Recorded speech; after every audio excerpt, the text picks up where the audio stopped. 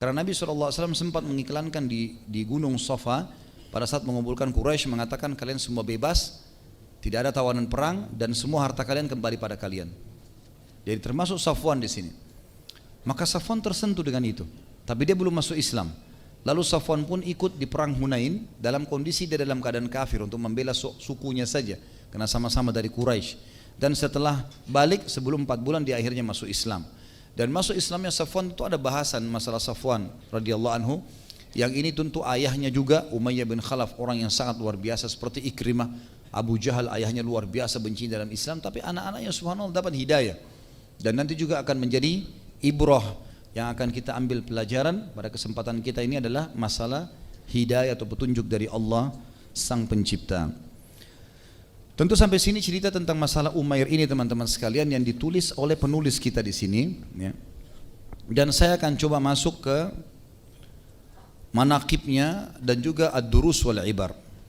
Apa sih keutamannya Umair dan juga pelajaran yang bisa kita ambil. Yang pertama teman-teman sekalian, seperti umumnya para sahabat adalah salah satu yang masuk Islam dan akhirnya menjadi sahabat, dan ini sudah satu keutamaan sendiri.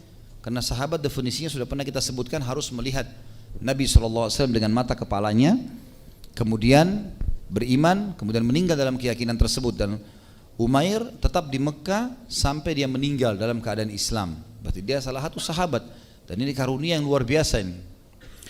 Itu kelebihan yang pertama. Kelebihan yang kedua adalah masuk Islamnya Umair disebabkan karena mukjizat Nabi Muhammad SAW. Tentu ada yang masuk Islam teman-teman itu karena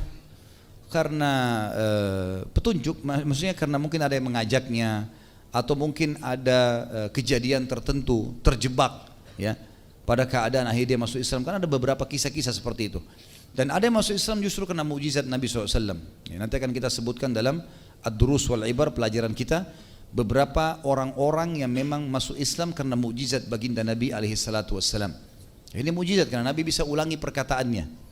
Sama dengan kita sebutkan kokohnya Islamnya Abu Sufyan pada saat itu kan, bagaimana dia duduk di dekat Ka'bah, kemudian Nabi SAW menyebutkan apa yang dia ucapkan, sehingga hanya jadi tambah kokoh keimanannya gitu, keislamannya.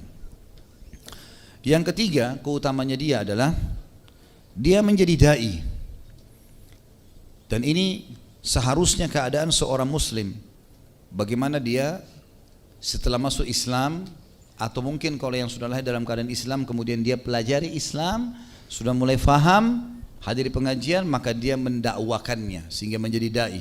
Sebagaimana sabda Nabi SAW, "Ballighu anni walau